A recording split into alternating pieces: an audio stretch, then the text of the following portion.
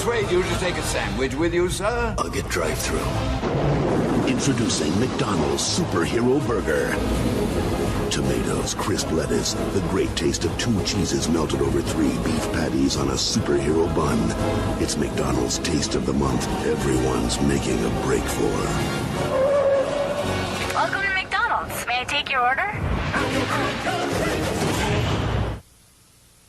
Who's got the firepower to face crime every time? No question, it's Batman forever. The terrifying Two-Face strikes Gotham City, but Streetbiker Robin rips in, and the mighty flight of a tackling Batman puts the fiendish face in his place. And in the sizzling Batmobile, Batman lights it up on a drive for justice, making Two-Face pay twice the price. Heads, justice wins. Tails, evil loses. No question, it's Batman forever. Figures and vehicles each sold separately, batteries not included.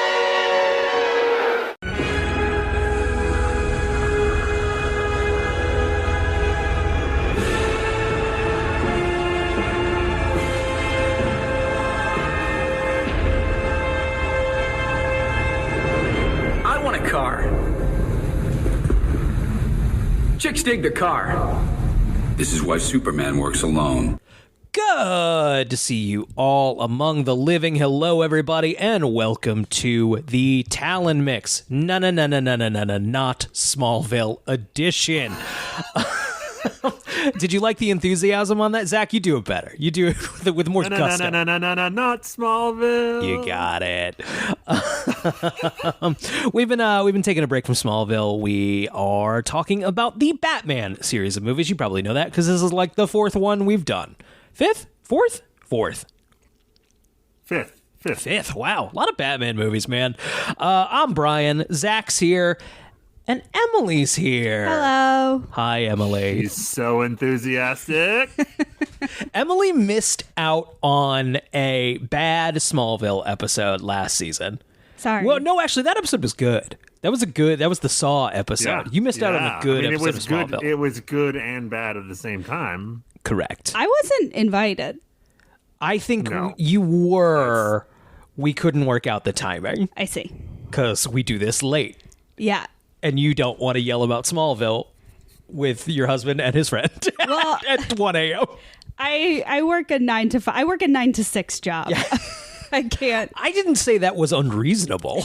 Yeah, you do not have to explain yourself at all. And I have a baby. Yes.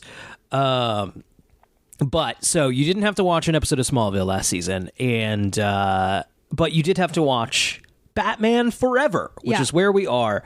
Courage now, truth always. Batman Forever. Oh, is that the tagline? That is how the trailer ends, and it's like a lot of this movie. It is both ridiculous and fantastic. Emily, you had not seen this movie before. I had not seen this film.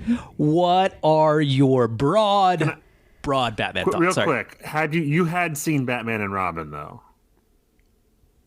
You've seen it a number of times. Yes. Okay. I know Willie and I, in the apartment we shared, watched it at least 3 times. No, I'm trying to think which of this era of Batman I've watched. I think all of them but this one. Wow. Okay. I can see how that would happen. It's not the most memorable one. We'll talk about it. But what is your 30,000 feet Batman Forever take? I mean, gay.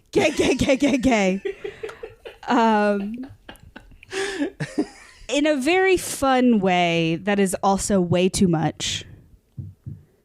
That's about, yeah. Yeah. It's kind of amazing that this movie does not have more of a cult audience. I think it's been kind of buried under Batman and Robin, considering this is so gay. This is gay cinema, guys. I mean, Batman and Robin is gayer. I think there's an argument to be made. Though we have to watch. It's also worse. So I think that this movie isn't bad enough to be a cult thing. Right. It's just a very 90s. I also think what Arnold Schwarzenegger is doing has more to grab onto than what Jim Carrey is doing, which is just like a nightmare 10-year-old on too much. It's like someone gave a 10-year-old boy a Coca-Cola and let him run loose in a party city. That's what this performance is like. And it's just a lot. We were talking about it, Zach and I, last night, how there isn't, it's not much of like, I'm going to take a look at the Riddler and interpret the Riddler, which was not what was asked of him. It's just do Ace Ventura in the dress like fucking the Riddler from the 1960s Batman TV show. Well, it's interesting. The styling and sort of physicality, I felt like was giving us. I could see a sort of 2010s queer pop girly having that aesthetic and like reclaiming that aesthetic in a certain way. Oh, I can't wait. Come on. And the Burton movies are, especially the last one, Batman Returns, is famous for how much care and time go into crafting the villains and, you know, the pathos, and there's none of that here. Nope. Riddler puts on a funky hat and now he's Ace Ventura. There you go. He's mad because Bruce Wayne didn't immediately greenlight his idea. He didn't even say no. He just wanted to talk about it more. Right. Come to my house. Come to my rich person house, and like a normal person, have a meeting about your ideas. No! I will say, I enjoyed watching this film. I was pretty stoned while I was watching it, so I can't say I followed much of the plot. I don't know that there is that much of one. These Batman movies are light on plot usually. Fair enough. I didn't really catch why the Riddler was mad at Bruce Wayne, and it didn't super matter. It doesn't super. So, dialing back the clock here a little bit, this is the first Batman film now in this series not directed by Tim Burton. Basically, Warner Brothers was not stoked about how Batman Returns went, considering McDonald's rescinded their Happy Meal stuff, parents were mad because the movie is a psychotic, psychosexual nightmare movie with Batman in it, and that's hard to make Happy Meal toys based on. So, Warner Brothers comes in, and they are like, okay, obviously it did well enough to do a third Batman. There's no one saying let's not do a third Batman. Tim Burton comes in, he's ready to do it. Or is at least noodling, has some ideas, some potential directions he's interested in taking the third Batman movie. And in a conversation, Warner Brothers apparently is saying things to him like, don't you want to make a smaller movie, Tim? Tim, you're done too. Do you have any? Do you really want to go back to the? Oh, you don't want me to do another one of these? Got it. The surprising thing is, from what I was reading last night, he was pretty involved up to a certain point in crafting this. Like, he helped pick Joel Schumacher, and then he was still on board. I mean, he has a producer credit. His name is listed first. It's a Tim Burton production. I think they want it. It was all, I think, believe, on reasonably good terms. He hated the name Batman Forever, but I like Batman Forever. I also like Batman. To be clear, his Batman 3, he wanted Batman Continues, which is not better. Oh, that's kind of funny. Oh no. Well, Batman Returns, great movie, but that title is meaningless, right? Yeah. Anywhere. Right. Yeah. Where did he go? It's the second movie with Batman in it. I think the entire Batman Continues is pretty funny. That is funny. I take it back. Batman Continues is pretty good. I do wish we held on to that naming convention though, of Batman and then another word, which is so. 5 would have been Batman Triumphant if it had happened. I think Dark Knight went in the right. Everyone was excited about it at the time because it sounded more sophisticated, but it should be Batman Word. It's very stupid. Batman Begins. Yeah. I also saw Batman Unchained was a possible title for the 5th one. I see. What was he chained What to? was he Batman chained not to? famously What chained to was he things. chained to? No, famously can do almost anything he wants. Yeah. What's holding this guy back? Well, too bad we'll never find out. In Unless this one, he kills a guy.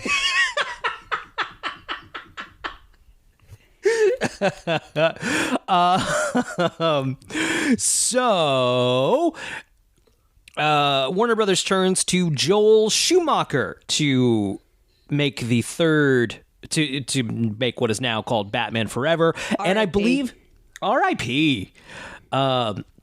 If you watch some of Joel Schumacher's previous films, he's made a lot of, like, I don't want to say he did make several movies starring teen stars. Sort of had a knack for casting young talent. The Lost Boys.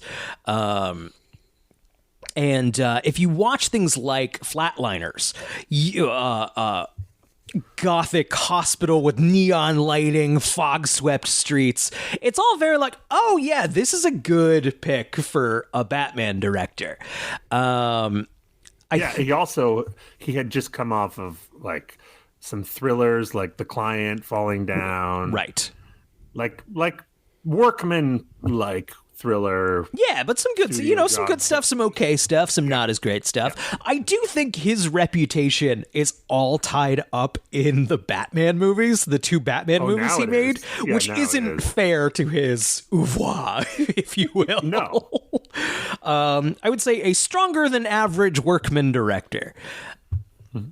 His job here, this was also like a lot of the previous Batman movies. This is a work for hire job, and I believe the job as listed was make a movie where no one will yell at us. Make McDonald's not be mad at us, please. To the point where, I loved it so much. In the opening scene, Bruce Wayne tells Alfred that he doesn't need to make dinner for him. He'll just get drive-through. Oh, that was used in McDonald's commercials. Yep. So good. At the time. 100%. I remember. It's not as bad as Batman and Robin, but this is still leaning into the very, very peak of like 90s capitalist toy commercial movie of we're going to have video games and action figures. The marketing blitz of Batman Forever was intense, if I remember correctly. Oh, yeah. I still remember the McDonald's cups. Yes. They were like not glass, but they were made to look like glass sculptures of... Right, you could buy those special at a McDonald's. I don't think we had them, but I think my neighbors did. I was too young. I'm famously very young. and you always will be, Emily. Should we get into the recap? Is there anything else we should talk about before we get into it? I feel like that's it. Joel Schumacher comes in. I mean, they were gonna. Keaton was involved pretty far into the process, past Burton even, and then he kind of saw the tea leaves. He was like, "Oh, I see where this is headed. I'm good." Yeah, right. It's it's one of those things where I think the movie that didn't happen is almost more interesting than the movie that did happen. Yeah. There might be more to talk about there. But here's where we are. Here's what we're left with. A new Batman. Well, it is funny that Keaton was an interesting choice for Batman that I think, if I recall correctly, like people were not stoked about. And then Keaton letters. They sent letters. They had to get stamps to be like, no. So Keaton left, and they were like, oh, "Okay, we'll just cast a hunk." Yeah, just the hunkiest dude. We'll just find a hunk. Right. Yeah, they just went like, "Okay, we're just doing James Bond, American James Bond now." Right. There were he. By the way, he looks real good in this movie. Oh, he does. Such a cutie. He does. This is the peak. This is like his peak of attractiveness. Same year he did Heat. Yeah, wow. Oh, wow. He's also a cutie pie in Heat. Mm-hmm. So there were some names tossed around, because, of course, they were just looking at any cutie they could find. Ethan Hawke was formally offered the role, which would have been strange. I don't think that'd be good. Well, I don't know if Ethan Hawke is much younger than Val Kilmer, but he feels younger. Yeah. He has more of a boyish look. It would have been weird to have a Robin with Ethan Hawke, because he could have played Robin at that point. Yeah, seriously, especially in this fucking movie. The way this movie turned out. Ethan Hawke would regret turning the movie down, obviously, because it made a fuck ton of money. I don't think he was artistically regretting it, but... No, number one movie in the U.S. that year. Right. I don't know if you have to work again after Batman Forever. But don't worry. According to Wikipedia, he would eventually voice Batman in the 2022 preschool animated series Batwheels. Aw. So basically same thing. Honestly, not that different. We got to check out Batwheels. We gotta watch Batwheels for the Patreon.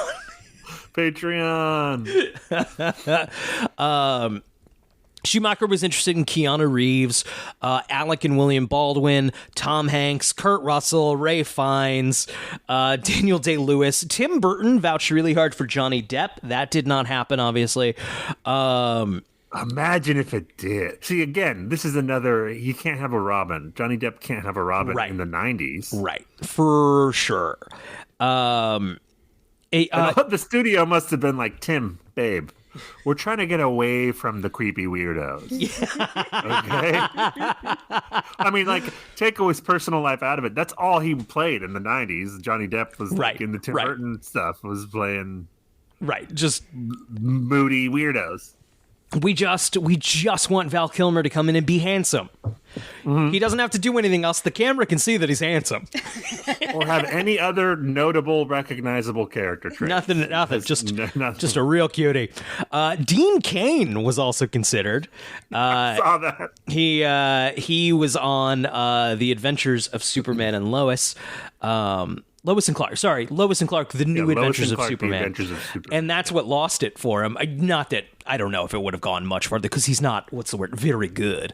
But, Wait, he wasn't allowed to play Batman because he played Superman in something else? He was recognizable as Superman. And I think that would be, I get it. It's not like there was a law, but if it was a little like, the vibe there's kind of weird. Yeah, I guess also, who knows? It's his movie. He can do whatever he wants. But the vibe of Superman and the vibe of Batman are very different. So I get it.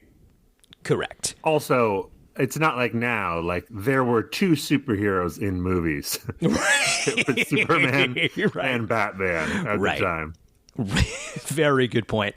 One thing I do want to get into is Robin Williams was in discussion to be the Riddler. So Robin Williams had famously been in discussions for the Joker in Batman 1989. I don't remember if we talked about this on that episode. I'm sure we did. But the quick version is Jack Nicholson was always choice number one for the Joker. So when he was waffling on it, they offered out to Robin Williams, but it was just to get Jack Nicholson to bite on it. And then they did it to him again. He wanted Riddler. They wanted Jim Carrey, who was the hottest. His output was ludicrous. So I could see when it was going to be Michael Keaton, Rene Russo was going to play the Nicole Kidman part. Correct. I could see Robin Williams matching up with Michael Keaton better than Jim Carrey. Yes. Like, I don't know if the energy is right, but with Jim Carrey and Michael Keaton, I don't know, that feels off. You had mentioned that's a lot. Michael Keaton v. Jim Carrey is a lot. Imagine the faces. Although, it's not like Robin Williams isn't a lot either, you know? Right. But he has levels, though, Robin Williams. He can play. I don't think they would have asked him to play real creepy. It would have just been like the same thing. Go do your thing. Right. Go do the voices. It would have been Genie from Aladdin as the Riddler. Right. Okay, so I'm going to get into the recap here. Yeah, let's do that. I'm back on batman.fandom.com. This is the same recap website we got Batman Returns from, which means there are chapters. Sorry. Before you get into the recap, the opening credits, which I'm sure aren't mentioned. They are not. Are like the first bad opening credits that we get in all of this. It's, oh, God, I wasn't Batman even thinking recap about we're them. doing. 2 fantastic title sequences in... Well, even the cartoon, Yeah. even the 60s show was a fun one. This is just You're right. the opening of Superman, but worse, but terrible. But terrible, right? The names are flying in. Yeah, bad. First, And we're 4 for 5 now. Yeah.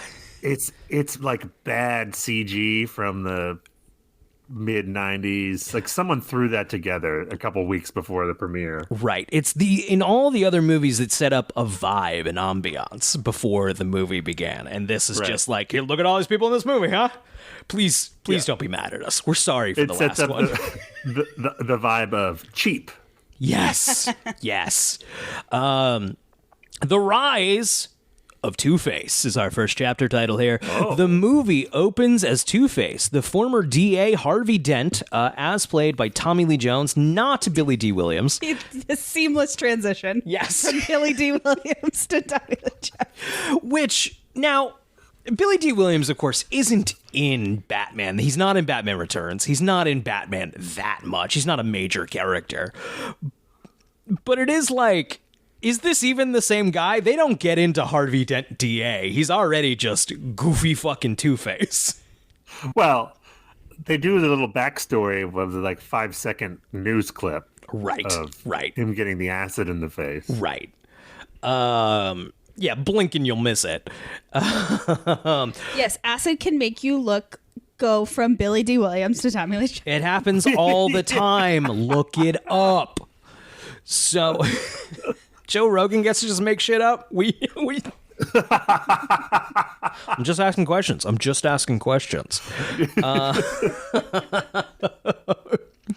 Tommy Lee Jones is also doing a lot here. It seems like just the note here from Schumacher was like, just do the most. Just do the most. It's funny that he famously hated Jim Carrey for being so over the top in this movie because Tommy Lee Jones is not exactly underplaying anything. It's yes. He saw Jim Carrey and he's like, "Oh, we're doing this, all right, Right. I'm gonna outdo you. I'm gonna be crazier."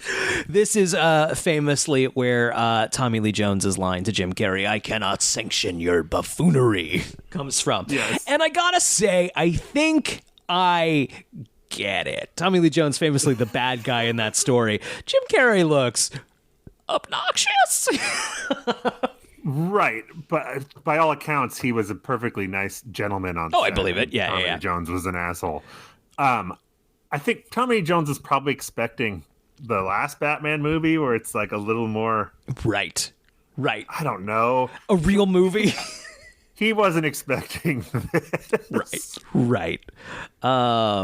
It's funny that they hated each other so much because they spend a good portion of the movie fondling each other. Like, they're very touchy and grabby and huggy. You never would have thought that they just can't stand each other.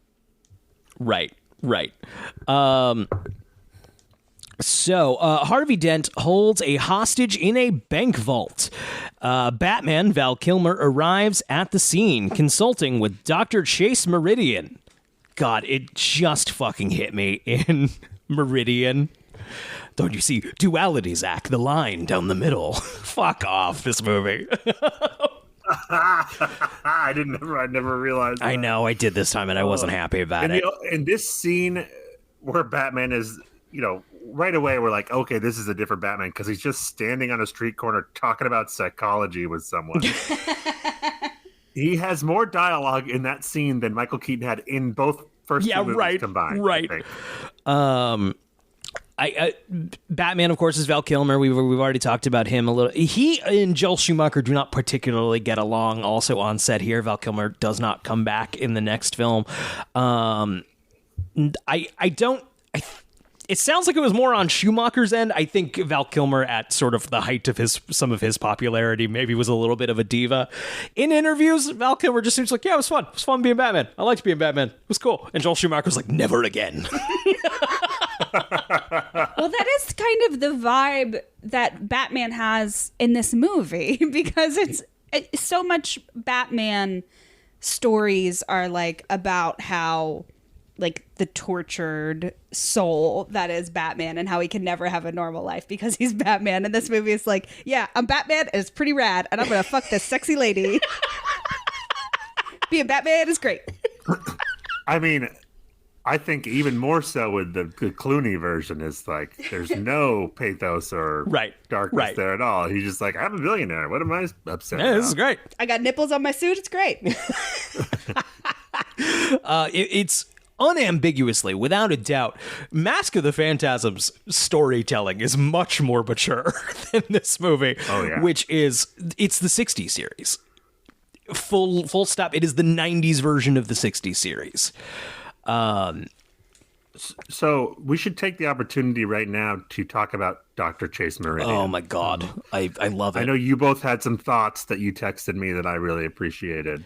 So Nicole Kidman is Dr. Chase Meridian. Yep.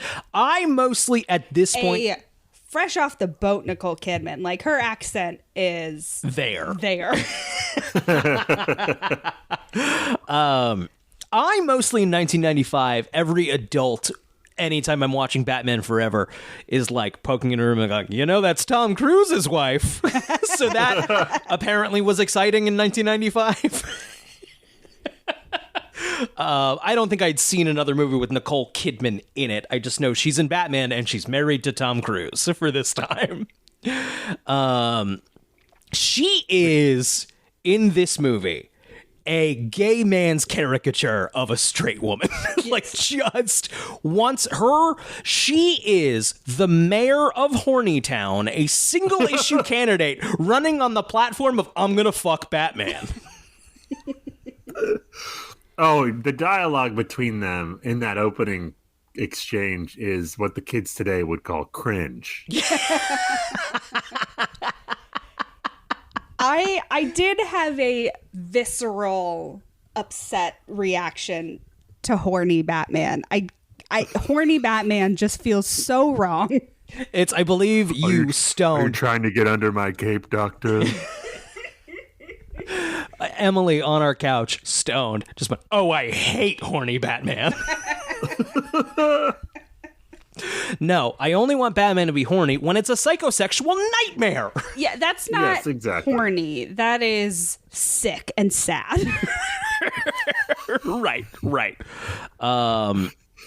It's I forget exactly how the line goes. It's not, she doesn't say like I love a man in rubber, but she talks about men she was into. I think she literally says I love a man in rubber. As she's like dragging her fingers down his like, try firemen. That's the take off. That's what he says. Fuck this movie, man. Not even fun. I will say this was the last time I had watched this movie. I had remembered it not being good. So when I saw it and was like, that wasn't that bad. I then remembered it. I placed it more fondly, and then watching this, I'm like, okay, it's not that good. No, it's middling. Right. Just real quick, another horny line that was just so baffling and scary to me was he says something like, We've got to get you out of those clothes and into a black dress. We're going to the circus. Yes. Like, what oh, no, I had that highlighted. Yes, that's a line. I really have to get you out of those clothes. Pause. And into a black dress. That's fucking... Bruce, that's insane. And then we're going to the circus. We're going to watch lithe young boys tumbling about in the circus. Just the sequence of words there is so confounding. I can't. I think at the end, he says, I got to get you out of those clothes and into a black dress. Tell me, doctor, do you like the circus? She's like, I have to recover from these sentences you just said. It's so much. You just hit me with so much at once. But we'll get to Next this. suggestion. Next time, start with Doctor, do you like the soap? Yeah, right. And then follow that up with, then I guess I gotta get you out of those clothes. And into a black dress. For the circus I mentioned before. The black dress, the thing you wear to the circus. We'll get to that. Okay, so Nicole Kidman's Dr. Chase Meridian becomes enamored with the vigilante. Batman rescues the hostage. At one point, the bank vault they're in is filling with acid, and we know that because the hostage, a security guard, just screams, "It's boiling acid!" And it's very good. My hearing aid! Yeah. Like, this guy, everyone wants him to die. Yes. Everyone's rooting for this guy to die. The sound effects in this movie, it's not just the visuals. The sound effects are up to 11, too. Because when Batman takes his hearing aid out, it sounds like a bottle of champagne is opening. Just like pop. So Batman rescues the hostage, but is unable to foil the robbery. At some point here, so they basically a bank vault has been lifted out by a helicopter in Two-Face's. Two-Face has henchmen who are in, of course, themed apparel. They're in ski masks that are because like Two-Face guys, like I like to imagine Two-Face just being like, and we're all gonna wear outfits, and we're gonna steal money and stuff. That's my goal. It's pretty broad. Steal money and kill Batman because I'm mad because he tried to save me and didn't. That's it. That's all there is to it. So at one point here, they fly around what appears to be the Statue of Liberty, except it says Gotham on it. I do actually like, one of the things I do like about these movies is Gotham City is not the real world. Like nothing exists outside of the bounds of Gotham City. It's nothing. It's just Gotham City is the world, and that's the world where Batman lives. And I like that vibe.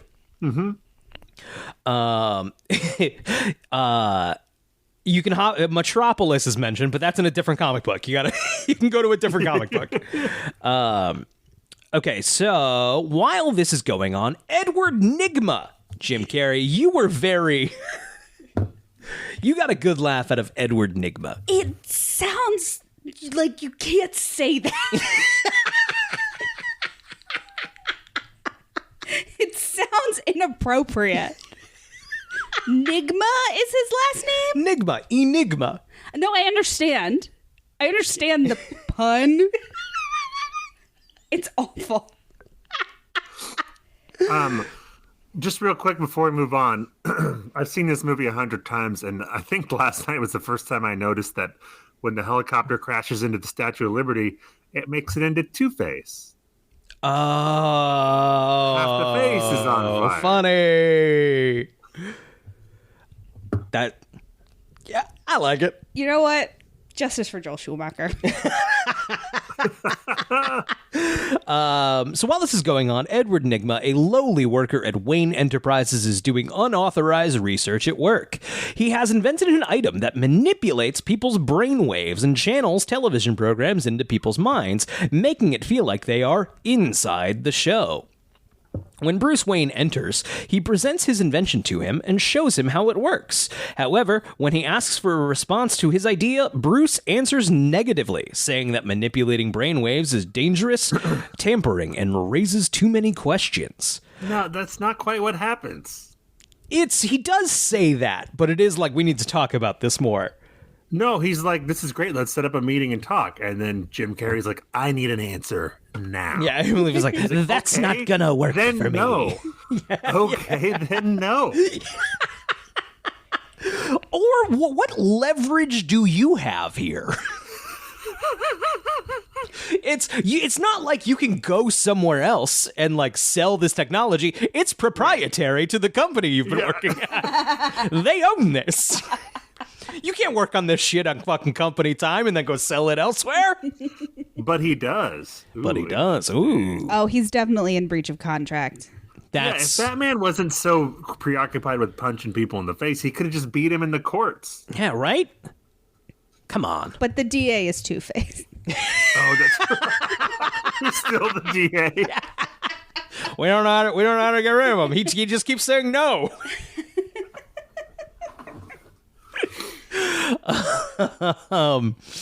So Nigma complains, but Fred Stickley, a senior worker, fires Nigma in a response to his insubordination.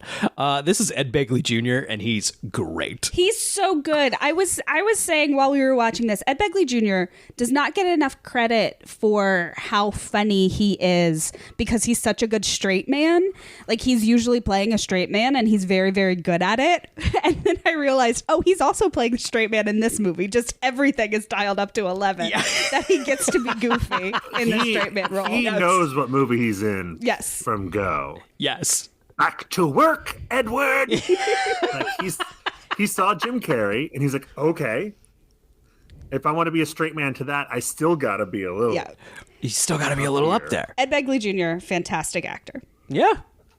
It does really seem like everyone has to work backwards from Jim Carrey. Right, yeah. Because he's a gigantic megastar at this point. This is huge. It's huge that he's in this. The year after, in 1994, he had Ace Ventura, The Mask, and Dumb and Dumber all came Holy out. shit. Wow. So he went from being like this kind of known guy on In Living Color to the biggest star in the world. Who gets top billing? No way, Tommy. Let's Jim get it before he does. Oh, shit. I don't know. That's a good question. Can you Google that while I read? Yeah. Okay, driven mad by the amount of work he did being useless, Edward captures Stickley. He demonstrates his invention's powers on him, stealing Stickley's brainwaves to raise his own brain power in the process. Nigma then murders Stickley and tampers with the security tapes, overwriting them to make it look like Stickley committed suicide. He was a little more, what's the word I'm looking at? Thorough than Christopher Walken was, just shoving Michelle Pfeiffer out a window and then going, well, that's all the murder I'm going to do today. It's more, he's like, I'm rich. Yeah. No one's going to wonder. Right. Nigma leaves a riddle at the scene for Bruce Wayne and resigns from Wayne Enterprises. Any luck on billing order? I'm pulling it up right now. Hold on. Our next chapter will be The Riddles. It looks like I could see Kilmer. Val Kilmer's first. Oh, wow. Kilmer had that kind of pull by this point to get Kilmer, then Tommy Lee Jones, then Jim Carrey. Yeah, that's wow. Interesting. That all makes sense. Yeah, I'd be interested to know everybody's paychecks. I would wonder if Val Kilmer took a little less to be first. I can't imagine him getting paid as much as Tommy Lee Jones and Jim Carrey. Right. There's no way. Which the series will kind of, in the next one, will kind of follow suit. It's similar to how the 60s TV series was, which is frequently like a huge star would cameo or do a role on the show as a bad guy, and Batman would fight the celebrity that week.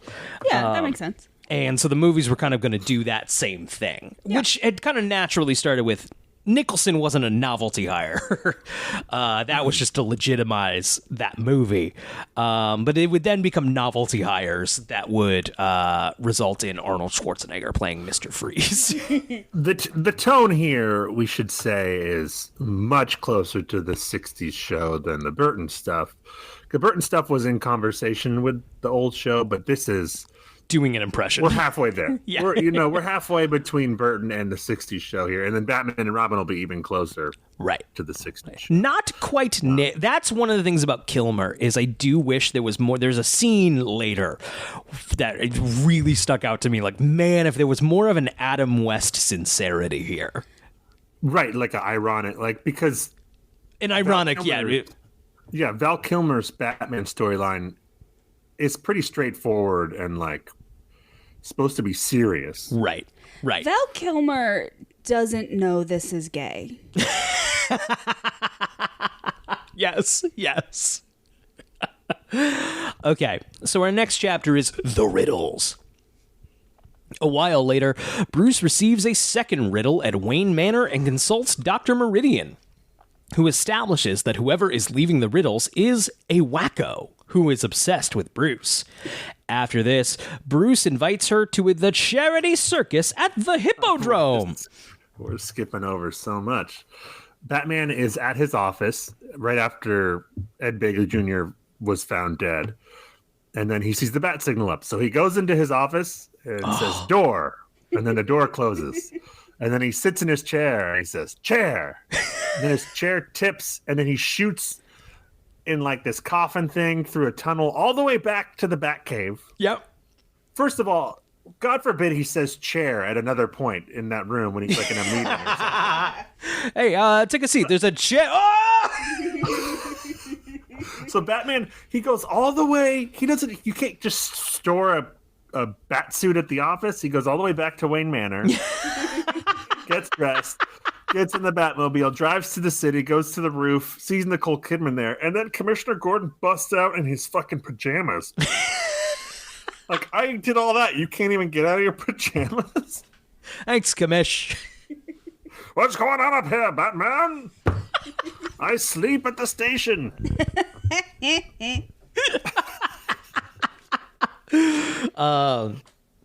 So Two-Face and his thugs arrive at the event, firing guns and terrorizing the audience. They also bring a bomb that Two-Face will detonate if Batman does not reveal his identity at the circus, because Two-Face blames Batman for failing to thwart a criminal who threw acid on Dent's face, disfiguring him. And I love it. Like, it shows the courtroom. Harvey Dent's talking to a witness or the defendant on the witness stand, and Batman jumps through the jury to try to stop this from happening in his bat suit. Was Batman on the jury? Was he just sitting there in his bat suit ready to go? Adam West's Batman would serve on the jury as Batman, is the thing. Absolutely 100% he would do his civic duty. I think this man should be locked away for his life. So Bruce finally gets up and yells that he's Batman, but no one hears him, not even Two-Face. This is I actually love this moment in a very silly way. Bruce, without even thinking about it, was like, I'm going to blow this place up if Batman doesn't reveal himself. I'm Batman! I'm Batman! I'm Batman! Which, this is where I wish it was Adam West. Like, I could absolutely picture Adam West just absolutely tearing up, like, I'm Batman! I'm Batman! Why won't anyone listen to me? Well, Val Kilmer whispers all of his lines, so it's possible people just didn't hear him. Right. I mean, he's not whispering. He's just not enthusiastic. He's just monotone and I really got to get you out of those clothes. I'm Batman. I'm Batman. Why are you gonna blow it up? I'm Batman. Don't do it. I'm gonna blow it up. I'm Batman. The scene before that where he says the inappropriate line to her, asking her to the circus, there is some cute business where he thinks she's getting hurt because she's got a punching bag, and he knocks her giant door over and then realizes she was just exercising, and then he starts awkwardly trying to put the door back. I thought that was fun. Yeah. There's frequently fun little stuff here. Also, he says Val Kilmer pronounces the word opinion weird. Did you pick up on that? I did not pick up on this. He says, someone left me this riddle and I wanted your expert opinion. Val. I don't know about that. Val. Opinion. When they get to the circus, they're swarmed by paparazzi. So in this one, Bruce Wayne is so famous that the paparazzi is following him to the circus. Previously, no one recognized Michael Keaton at his own party. At his own party in his own house, they were like, this Bruce Wayne guy seems pretty weird. Yeah, to him. Yeah. And in this one, they're like, he's going to the fucking Barnum and Bailey. And then he got that doctor out of those clothes and into that black dress. The Riddler is watching this on TV because CNN, it's GNN, but basically CNN is covering the circus for some reason. Yeah, well, I believe it's a charity event. Is that? Yes. I said that like that answered anything. They are all dressed up. You don't normally get dressed up for the circus, so Right. It must have been. I don't know. I don't see CNN covering that. Right. Okay, so the Flying Grayson circus acrobats work to remove the bomb through an opening in the tent's top. Bruce takes out the thugs. The youngest member, Dick, manages to push Two-Face's bomb out the circus tent and into the water surrounding the tent by going ahead of his family. When Dick returns, he finds that Two-Face has killed the rest of his family by shooting up the wires they were climbing on, sending them to their deaths.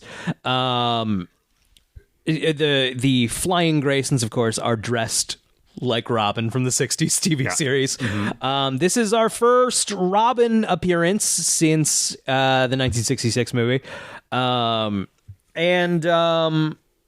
it's weird. It's weird.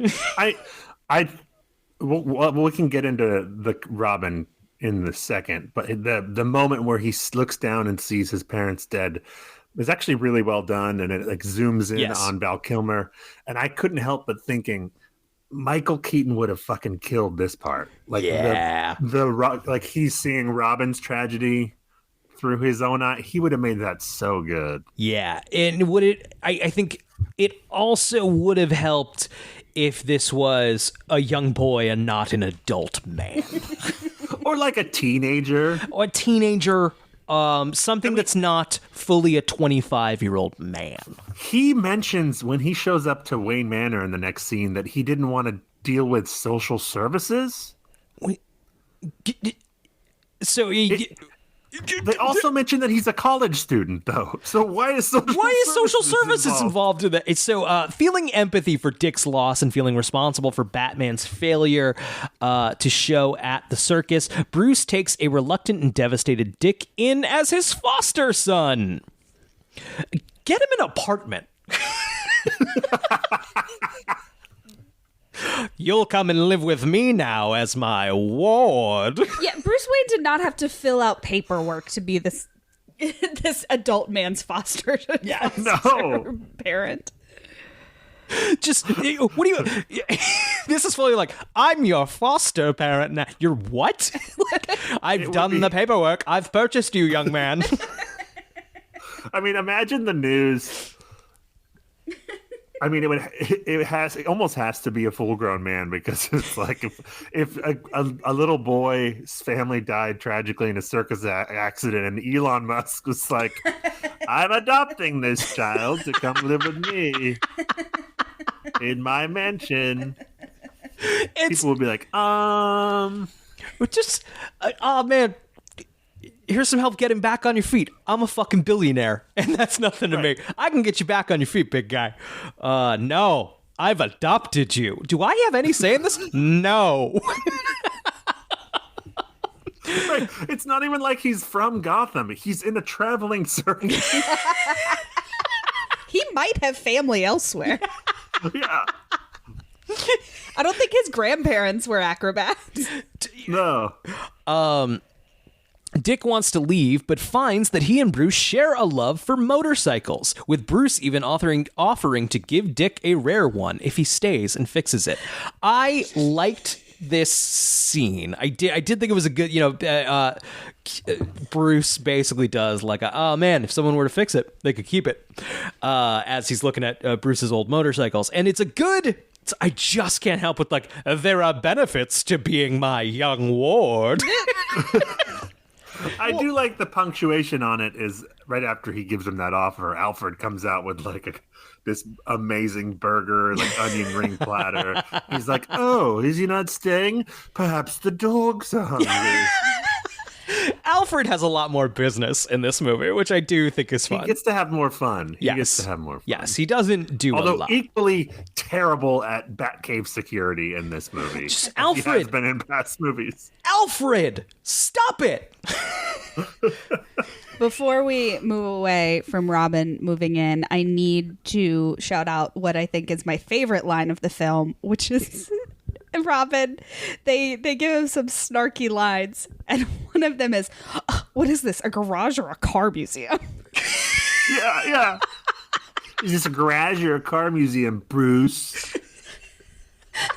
Like, fuck, do you want the gasoline or not, asshole? Also, like, it's not...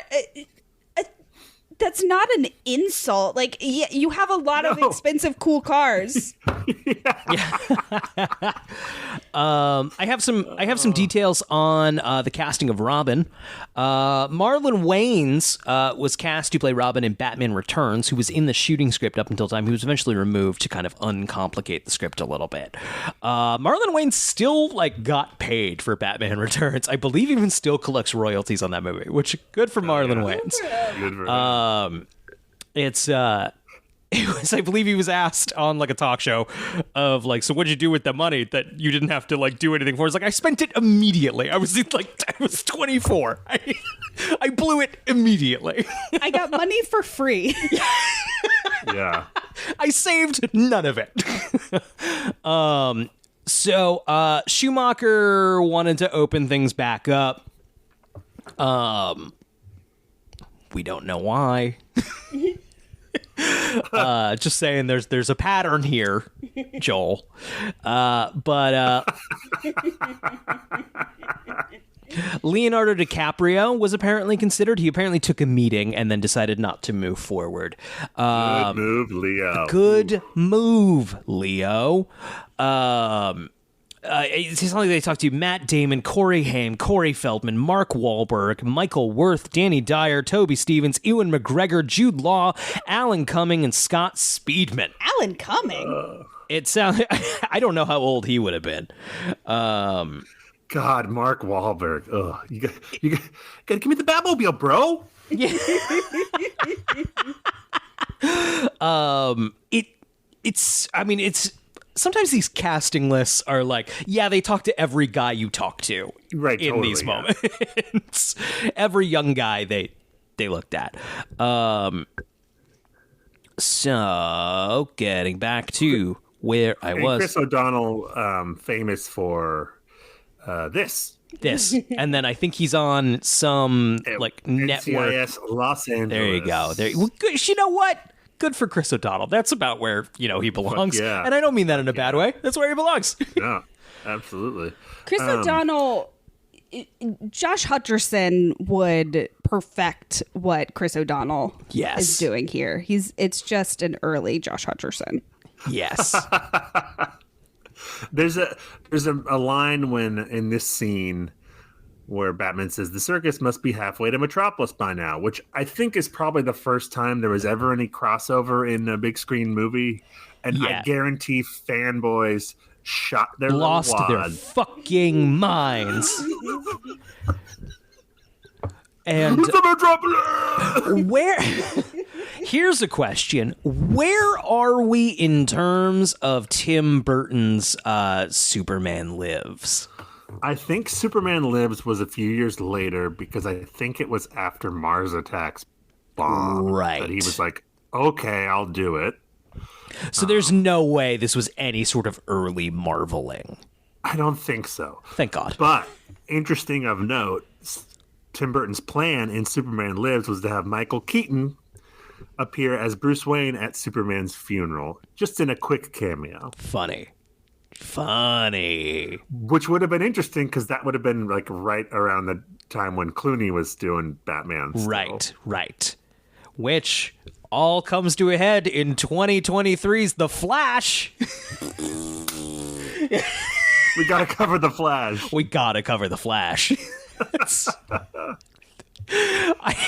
I saw on Letterboxd multiple people talking about The Flash as quote unquote completing Michael Keaton's Batman trilogy. Shut the fuck up. Grow up. He is the best part of that movie, and it is fun to see him as Batman. Yeah. But it's not. But it's not it's not Michael Tim Burton Keaton's would have to Batman be 3, you involved. fucking morons. Yeah. No. So, before long, Dick accidentally stumbles across the Batcave and discovers Bruce's alter ego. I believe Alfred leaves the door open and Dick times it to like does some fucking Crouching Tiger shit around the manor and manages to get in through the door before it closes behind Alfred. After a joyride with the Batmobile, Dick saves a girl from a gang and defeats their leader, but is soon overwhelmed by their numbers. There is an actually great scene here where I forget exactly what Bruce Wayne is doing, but he gets a video call from Alfred.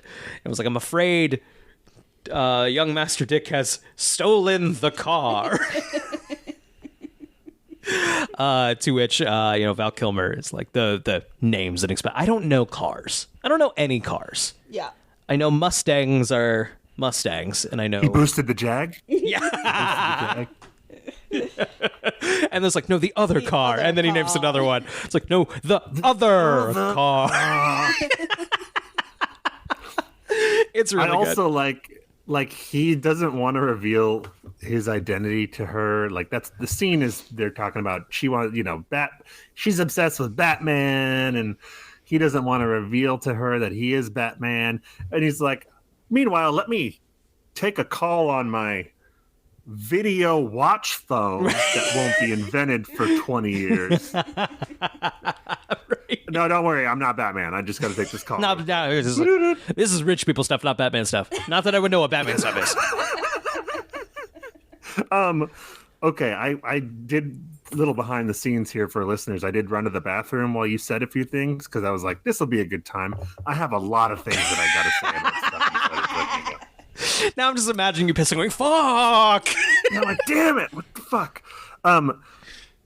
About Alfred being terrible with security. He walks into this room where Dick Grayson is trying to open this locked door, and he's like, Alfred, how come this is the only locked door in this house?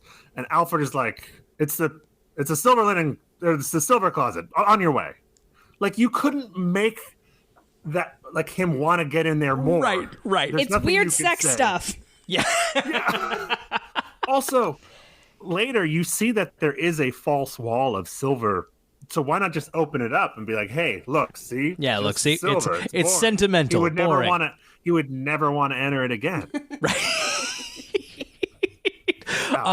I will also say, I forgot to mention this earlier. This is a completely different Wayne Manor. The exterior is completely different.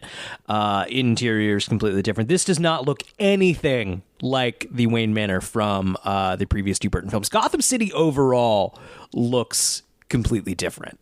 Yes, but still otherworldly. Still like a totally different. Yes, it does. It looks more like more nightclub-esque than Tim Burton's more gothic, timeless.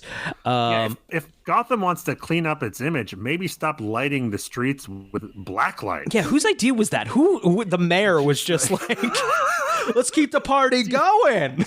Let's use a lot of black lights in the alleys. A lot of black lights, and let's erect some gigantic statues of naked dudes. Let's see. Real fast, just while I'm on that beat. This movie, despite not being, it looks cheaper to me than the sets in the Burton movies. I think there's a density to the Burton sets that these do not have to me, especially the interiors. Yes, agreed. I don't have anything else to say. It doesn't look as good. Doesn't look as good. I'm sure they spent an insane amount of money. I don't know. It's just something about the aesthetic. It looks cheaper. Yeah. There is a very purposeful artifice to the Burton movies. And I don't know, it just, rather than kind of looking like a strange diorama like they do in those two movies, it does, that's a false wall. There's no ceiling here. That's right. Where the lights are. It's, I don't know. Just couldn't vibe with it as much. I'm also sure the conversion to HD also probably looked better on my TV, right? VHS. Yes. On VHS. Yeah. Right. So, Dick saves a girl from a gang and defeats their leader, but is soon overwhelmed by their numbers. Everyone thinks he's Batman, of course, because he's in the Batmobile, and everyone's like, oh, no, it's Batman, we got scram! And then they see it's not Batman, it's Chris O'Donnell.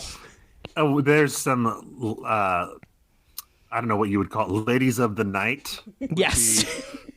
And that's not Batman, it's Batboy.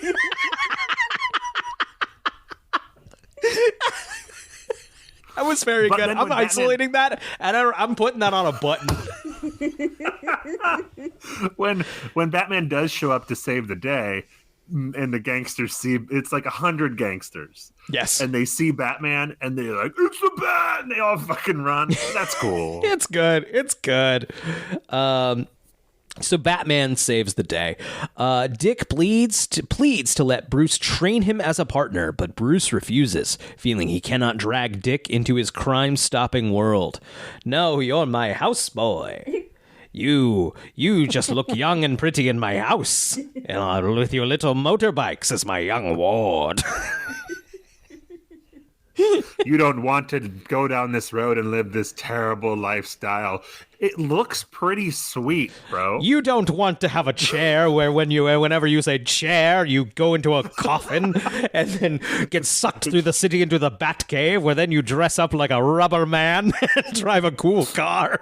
And have Nicole Kidman absolutely losing her shit trying to fuck you. You can't handle this. It's a darkness inside of me, Dick. I don't know what the fuck this voice is that I'm doing. I don't either, but I love it. Next chapter, The Riddler. Ooh. Meanwhile, Edward Nygma, inspired and delighted by watching Two-Face's raid at the circus, decides to become a villain himself, the Riddler. I do love here that he gets his idea here finally from just like a Zoltar machine. Yeah, exactly. Yeah. Just like, I'm going to dress like that guy, I guess. That's all. It fits him perfectly, too. Yeah. We don't get the scene where he's making adjustments on it with the sewing machine. Right. Montage. You can't spend all that time on it. So he proceeds to show Two-Face his invention from Wayne Enterprises in his River Bridge lair. Two-Face's lair here is, of course, absurd. He's got... it's cut down the middle. One is like pristine white. The other looks like just a hell set. He's got, of course, two babes. One is Drew Barrymore and Angelic White. The other is like a bad girl. It's Debbie Mazur. Yeah. Yes, thank you. Yeah, I was going to say it's the other is the... She's well known, too. Not as well known as Drew Barrymore. She's best friends with Madonna. I see. And she was in one of the Beethoven movies. Yes, the second one. Yes. I don't feel that nuts for not knowing who that is. She was like the a club evil kid. mom of Beethoven's girlfriend. Yes. Got it. Yeah. So the two villains make a deal. If Two-Face helps the Riddler steal enough priceless goods and money to fund his project, the Riddler will use the box, his invention, to learn Batman's true identity by taping Bruce's brainwaves. This technology is inscrutable. Yes. Also, why is it called the box? Just why not give it a fun Riddly name? In the script, I bet they wrote it to be shaped like a box, and then Joel Schumacher's like, "Nah, it's not visually interesting. Let's do something else." But they still call it right. the box. Yeah, that's a great point.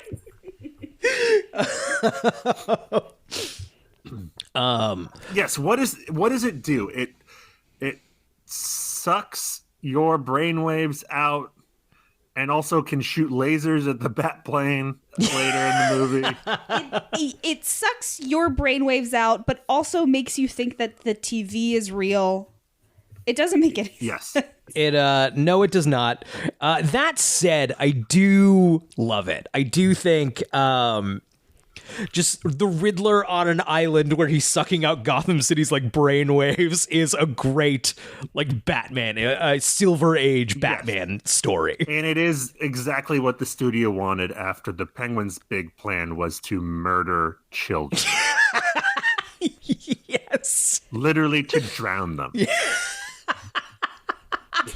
There's What a funny movie. scene in it What a fucking movie. where Bruce Wayne says, Edward, if you can introduce images into the mind, what's to stop you from extracting them? I gotta say, seems like those would be two different technologies. Yeah, I don't think those are the same. I don't think that means that just because you have a machine that does one means it could do the other. I don't know a lot about fake brain technology, but just hit the reverse button. all right, so their deal sealed. Two-Face and the Riddler start their rampage. They rob many museums and other wealthy areas, collecting diamonds and money. At a business party of Nigma Tech, Nigma's new company, Two-Face begins robbing the guests, hoping Batman will arrive, which he does. Jim Carrey kind of becomes like a faux Bruce Wayne wannabe. He's obsessed with them, yeah. Right. There is some stuff here around, like, thematic thing they're trying to do around, forgive me, duality. Yes. Oh, no, the screenwriters are trying. And apparently this is maybe a good time to really quickly talk about, apparently, the longer cut of the movie, which has like a very... It goes more into the Batman backstory. Right. Fans, of course, always kind of wish or want to see this in some capacity or want it to have been finished. I'm sure it doesn't exist in any meaningful way. I'm sure it won't make the movie that much different. Right. But what do you know? Do you know anything else about it? So he keeps having these flashbacks in the movie, right? And right. I guess that's a bigger part of it in the other version. When he opens that book in the movie, it doesn't really add up to anything. But in the original cut, it's his dad's diary, and he finds out that his dad is like, "Oh, Bruce wants to go to the movies tonight." So he realizes he's the reason his parents get killed, and he had some repressed memory. And I don't know if you need any of that. No, I don't think that kind of stuff does much here. And I will say, this is the second movie where we get Batman's parents getting killed. We'll have a running tally. Yeah, only 2 and 5. Wow. It is shot to resemble the Burton one in this one. Right. If you watch it, it clearly is trying to recreate that almost shot for shot. Right. This is Batman 3, but it's also its own thing. Mm-hmm. It's both. It's just both. It doesn't matter. It's a James Bond sequel. Right. Yeah. So we weren't thinking about things in that way, and I kind of prefer it. It can just be it's a little different because it's a different movie. Yeah, whatever. Yeah. Get over it. Get over it. It's a movie. It's a movie. It's fake. Yeah. Oh, so it sounds like the wiki's going to skip over. Bruce Wayne goes into the box machine, and then Drew Barrymore switches something out. So they're going to extract... I can't remember. Basically, they're going to figure out that he's Batman when he goes in the machine. The machine, which appears to be powered by green meteor rock. Yes, it's just straight up kryptonite. It was all building, Zach, to the crossover, you see. Anyway, so they know who Batman is now. Right. So in a trap laid for him, Batman is saved by Dick, but Bruce still refuses to let Dick become his partner. Dick puts on his Flying Grayson circus outfit and a domino mask, and my question is, why? Because he wants to be a superhero, Brian. That's it, of course. In that sequence, Batman puts on the bat suit in the back of a car, which does not seem like a suit you can put on in the back. I know that takes 6 people minimum. I don't love the bat suit in this movie. I think it's a step down. The first one or the second one? Yeah. Also, why are there 2? Neither. The first one is like their version of the Burton suits, right. It's still trying to do similar. They just add some nipples on it, basically. Right. Important addition. I mean, do you have opinions about the nipples? Not, it's Joel Schumacher has talked about like how it was supposed to evoke like Greek gods or something, and like sure, whatever. It's dumb and it's silly, and it was supposed to be dumb and silly, and it's dumb and silly, and I don't care. Emily, I'm pro bat nipple. You're actively pro bat nipple. Firmly. Yeah. I did not expect any other position from you. Lego Batman, big problem. No nipples. No nipples on that little Lego guy. Points marked. So Bruce refuses to let Dick become his partner. He then goes as Batman to Chase's apartment, where she reveals that, though she loves Batman, she has fallen in love with someone else. Batman turns away and smiles, knowing she has chosen him as Bruce. That smile haunted me as a child, equally to Penguin biting the nose in Batman Returns. It's unsettling. It sucks. It just sucks. It's like a big goofy, because Michael Keaton has done some smiles, but they're like sadistic, like I enjoy beating up criminal smiles. Right. This is like, girl likes me. Girl likes me, and it's Val Kilmer's fucking mug shoved into the fucking face hole of the bat suit, and it's just horrible. It's like Play-Doh coming out. Smiles a lot, you know. That jawline cannot be contained.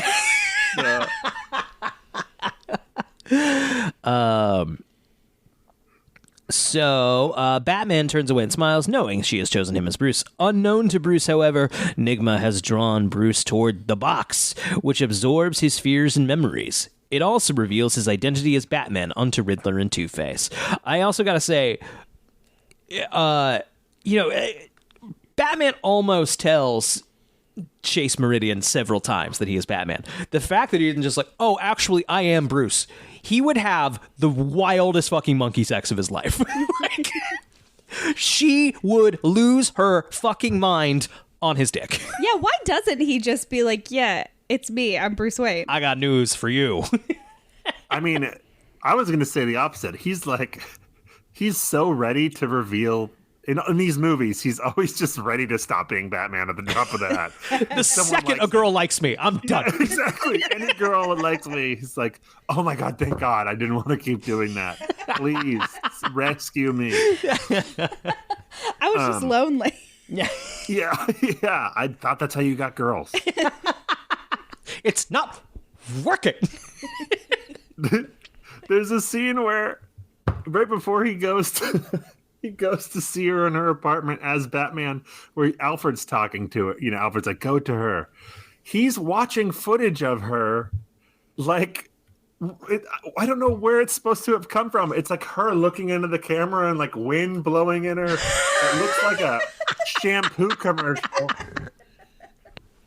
It's the weirdest thing. Also gotta say, there are two movies where Batman ends up with the girl at the end. The other three, he does not. But in the two he does, both just mysteriously never return. What's going on, Bruce? What's going on?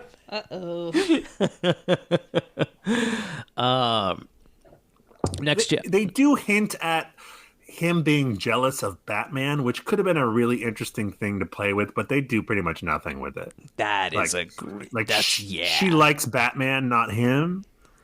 That could be interesting. There's a lot of things here that I kind of wish were taken, for lack of a better word, more seriously. Like even keeping the goofy tone of stuff like that. Have fun with that. Explore that. Spider-Man 2, perfect movie. Spider-Man 2 does it very well. Yes, Superman movies do it. Yes, the good ones. Well, there's an interesting line. It's when he's talking to Dick about his parents dying, and he's in the Batman suit, and he says, "If Bruce Wayne could have saved your family, yes, he would." Which makes it why didn't he say I? Like when he's in the suit, does he not identify as Bruce Wayne? That's interesting. That's interesting. I like that. That is really interesting. Don't do anything. They don't do anything with that. Yeah.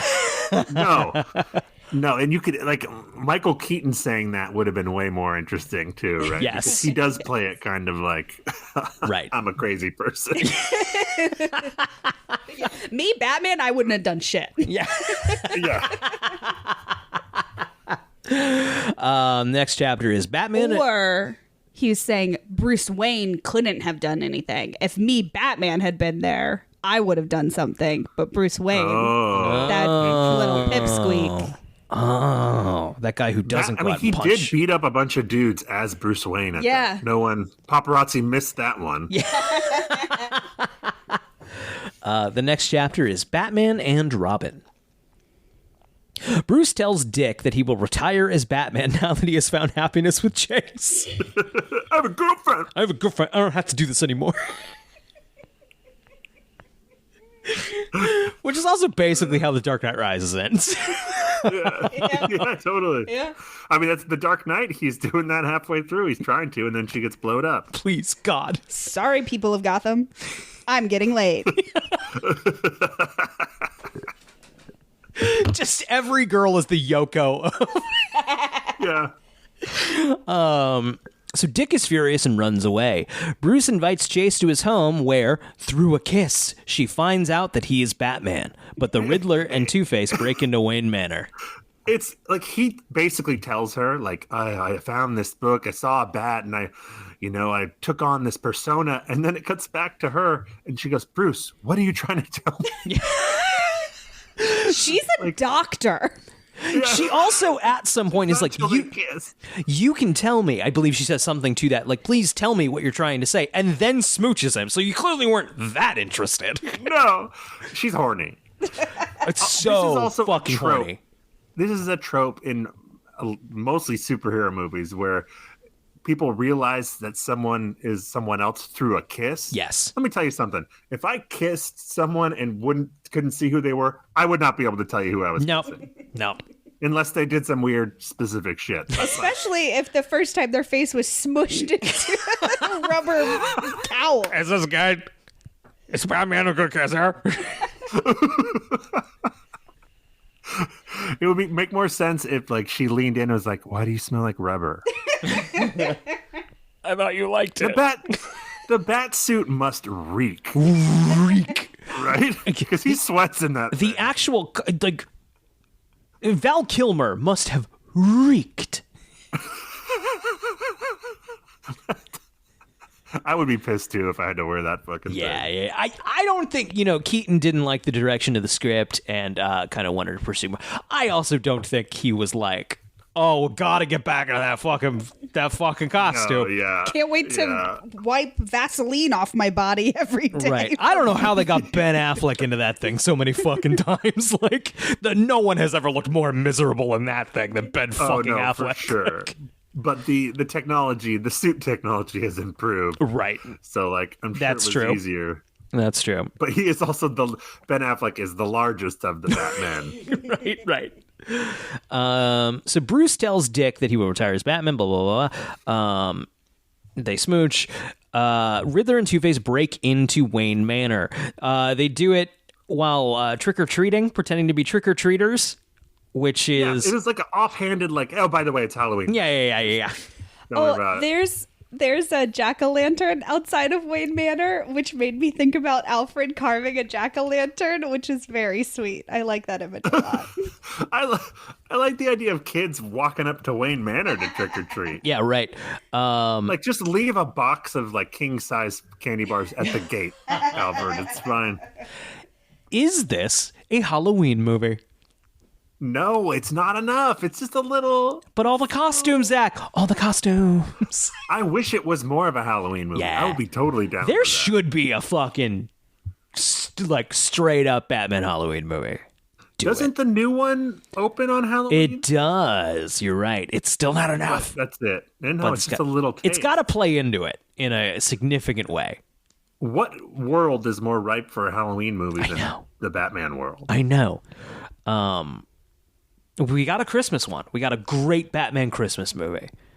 Now give us a good Halloween one. Get Burton back. Get him back here. Get him back here.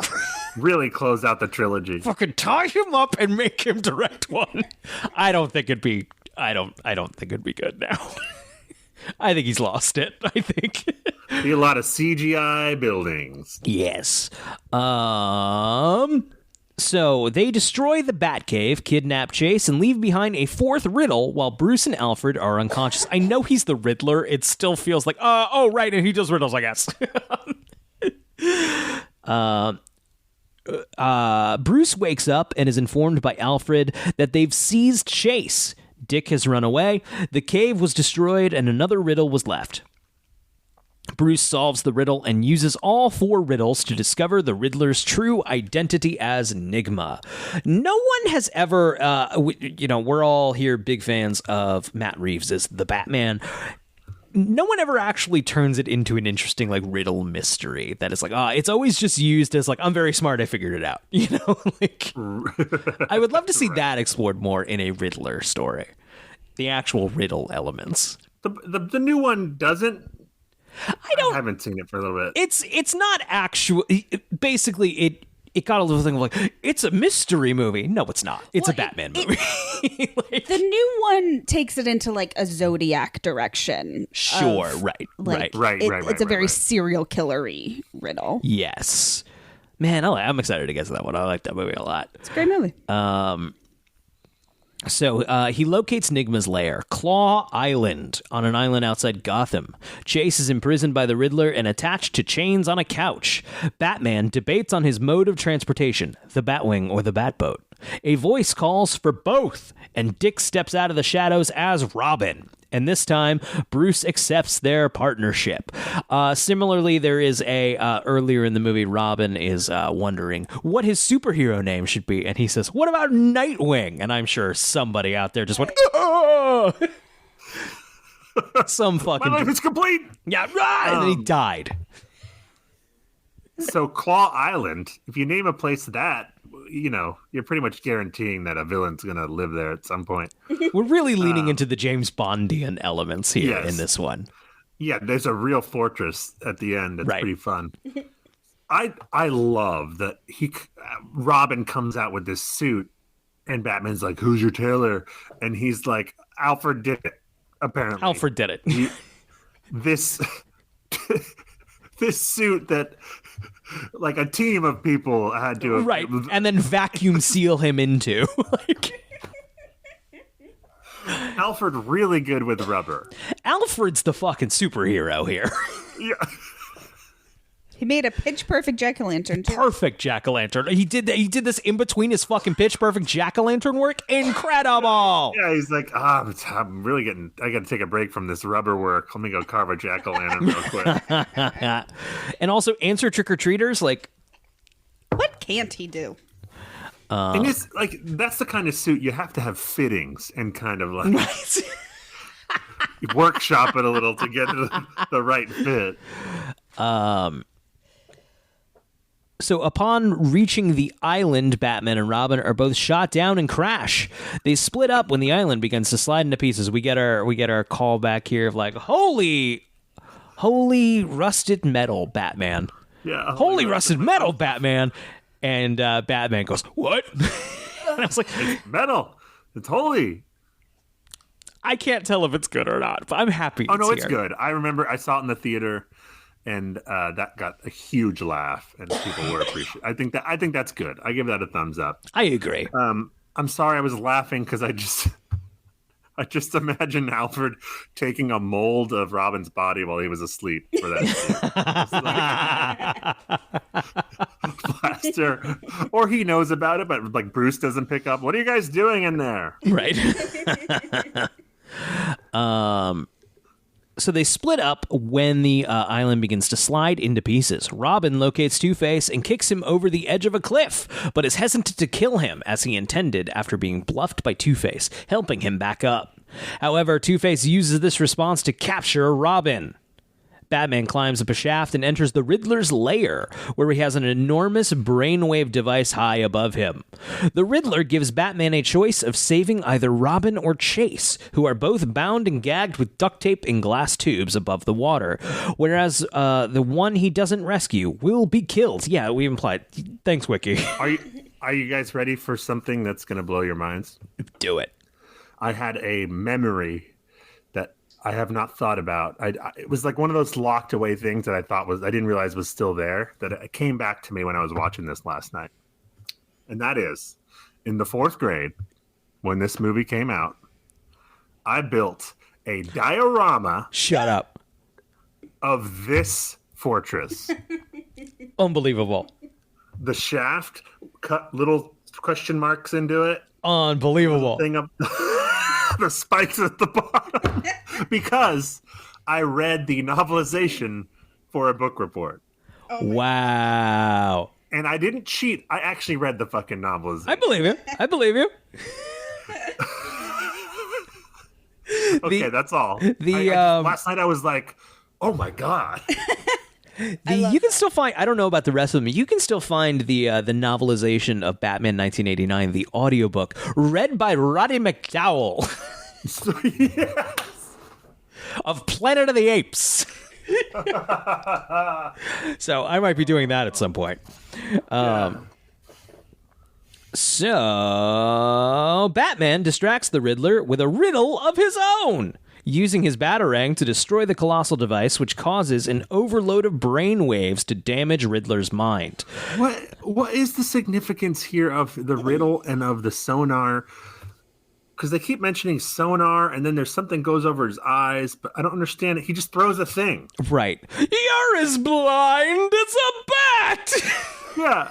Like, is it supposed to be that it's so bright that no one else could see? No but he fucking could, 'cause he idea. had the little... No fucking idea. And This movie doesn't care, so why should I? to talk about Emily's the inscrutable technology idea, because the machine breaks, the information drains back out of your brain. Like it's only there as long as this machine is running. Right. It all makes sense. It all makes sense. You just have to. They can't get into all of it. Okay, so Two-Face, Robin and Chase are released, and the two fall into a pit. Batman grapples onto a girder and pulls them both up.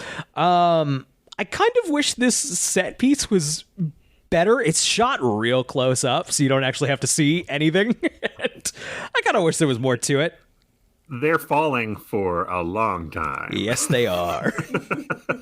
Everything's shot so close, like nothing was done here. There was no stunt here. Not that, I guess that's also not that anyone has any mobility in that bat suit in order to do stunts. It's a little bit more mobile in this one than it has been in the previous. And it's still not very. No.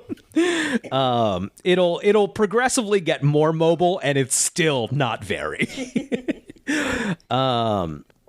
Okay, so Two-Face lands upon the girder and is about to shoot them, but Batman reminds him of his coin and how he's always two minds about everything.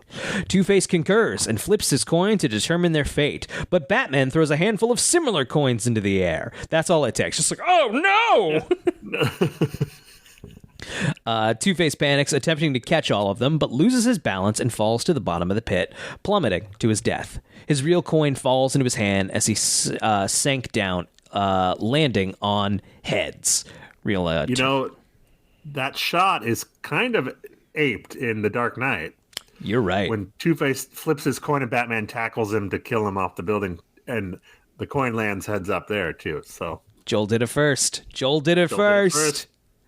So Batman, Robin, and Chase escape from their lair and take the Riddler to Arkham Asylum to be committed. At Arkham, one of the doctors, Dr. Burton, informs Chase that the captive Edward Nygma claims to know Batman's true identity.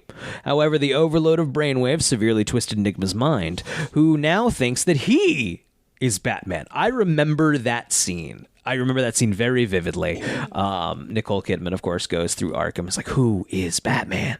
And it's like, Jim Carrey shows that, his straitjacket is all frayed. It's like, I'm Batman. And I didn't understand what that meant. Like, I was like, Oh, really? I don't know why. I mean, like, I clearly wasn't a smart kid. I was like, why would he say that? Why did he say that? Is he Does he...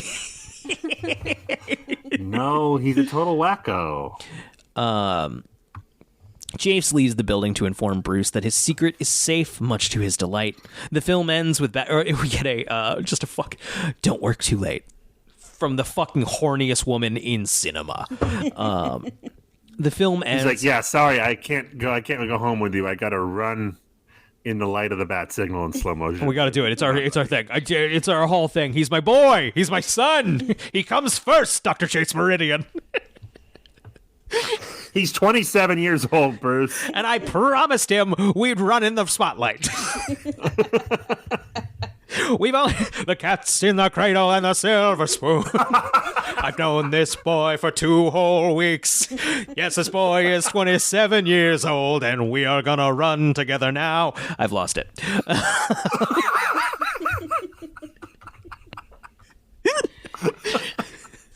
We grew up so fast, Albert.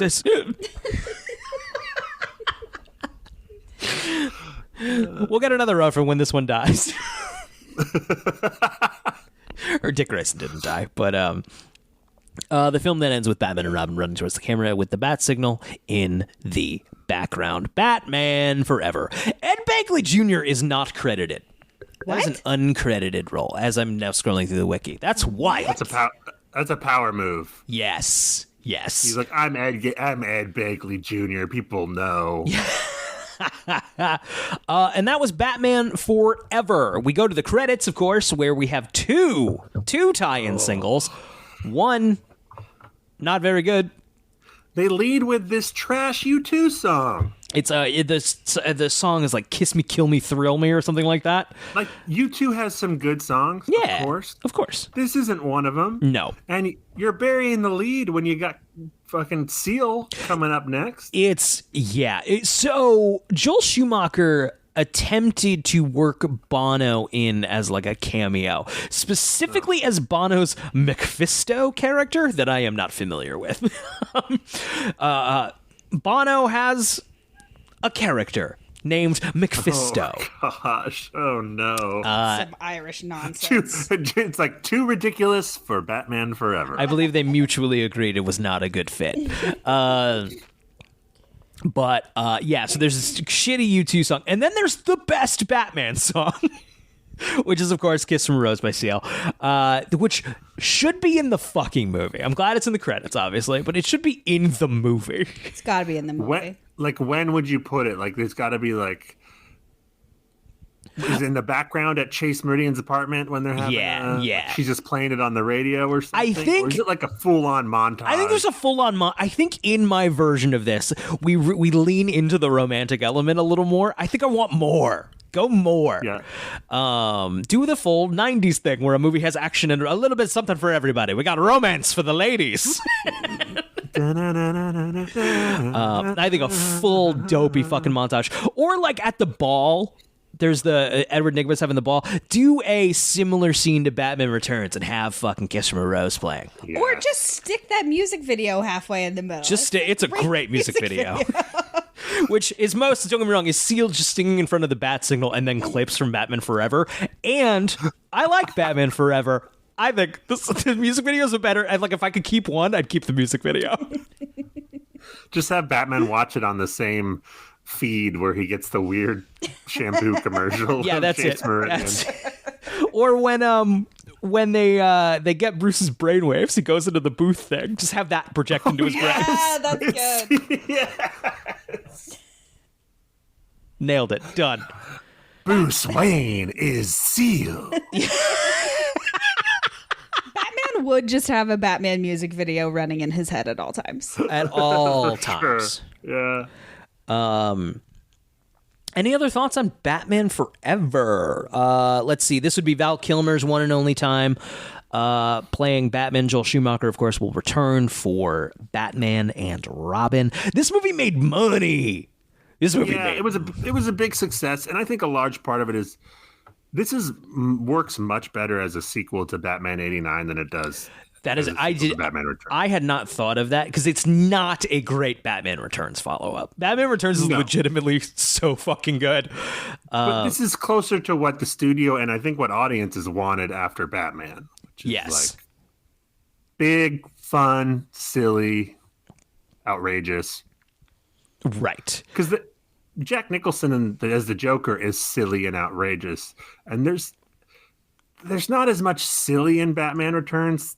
Like, it's silly, but not like that kind of. Not in this kind of way. That said, so even though this movie made a fuck ton of money, it was not critically well received. It currently sits with about a 40% on Rotten Tomatoes.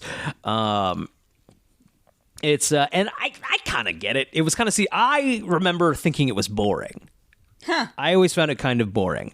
I do think in the 90s, I think these large blockbuster movies were a little more heightened generally. We were more accepting of a more heightened movie style.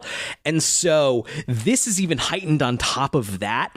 And now in the year of our Lord 2024, it's a little like a fucking training bat. And now it's the training bat's gone away. And it's like, holy shit, this movie's nuts. I mean, you cannot underestimate the power of Jim Carrey in 1995. It's being a in lot. A movie. It's a lot. Like that's why that movie made so much money. Yes. Jim Carrey was at his zenith. And there weren't a ton of Kilmer heads out there. No. The performance has not aged fantastic, but no, it's pretty obnoxious. People loved him as the Riddler at the time. Yes. And when I was a kid, I mean, this was Batman to me. This is what Batman was in a movie. That said, I do think it is. People would then go back and revisit Mask of the Phantasm, which we talked about last week, and go like, "Oh wait, no, that's a good fucking movie." Right? Yeah. And I do think this movie, we look at it more generously now, both this and Batman and Robin, in hindsight, now that we've seen Batman, quote unquote, taken seriously. We general audiences know Batman a little better. Right. When this was the only Batman, I could see people being like, that kind of sucks. Yeah. Yes. Like, yeah, you made a good point. If you were a fan of the comics and this is the only Batman around, that would be like, that's not it. Yeah, I mean, I have it a little bit right now with Teenage Mutant Ninja Turtles. Everyone goes to the 87 cartoon, which is like most people's broad understanding of Ninja Turtles. I'm like, but there's really good stuff. Guys, there's other turtle stuff and it's really good. But also, any Turtles thing is better than no Turtles thing, so I'm still showing up. Yeah, for sure. Mutant Mayhem was really good. But I think that's everything. Any other thoughts? Any other stray thoughts? Emily, final thoughts on Batman Forever? No. Brian told me that you said it was a masterpiece. I did. Well, so Brian asked me if I thought it was a good movie. And I said, I don't think it's a good movie, but I do think it's a masterpiece. And I stand by that. It's something. It is a very important piece of queer cinema, probably. I think. Yes. I think so. For that, but I think so. I think it's probably the highest budget piece of queer cinema. Yeah, right. Hell yeah. Thank you, everybody, for listening to the Talon Mix. Emily, Yeah. thank you so much for hanging out with us and talking about this very silly movie. Yeah. It's welcome. a treat. Where are you on the internet? Oh, I don't know. You can just say nowhere if you want. Nowhere. Twitter's dead. My Instagram's private. Check out vulture.com. Great. Let's see. This has been the Talon Mix. Thank you for listening. We'll be back next week with Batman and Robin. We have a Patreon. There's a link in the description. Do it or don't. Do it or don't. Brian, I love to picture you as like a car salesman. Spider, don't. I don't. Do you need a new car? Should you? Are you sure you need a new car? It's not very good. We don't. No. All the features promised. We don't follow up our end of that. This car sucks. This thing. Subscribe to the Patreon. Infant formula is very expensive. It's so expensive, guys. If we get enough people to subscribe to the Patreon, then we can start to do Patreon content. That's really kind of where we're at. It's a real, what's the Bill and Ted bit of we need better instruments? Well, we need Eddie Van Halen. Like, well, Eddie Van Halen won't come play with us unless we have better instruments. Zach, do you have a question for Batman? No, it's the guest gets to ask the question. The to Batman. guest We gets to decided ask a question to last minute. Batman. I forgot. It's been a week and I forgot. Emily, do you have a question for Batman? The answer's going to be, I'm Batman. A question for Batman? Do you have a question for Batman? Yeah, anything. Batman, what gets you the most horny? Good night, everybody.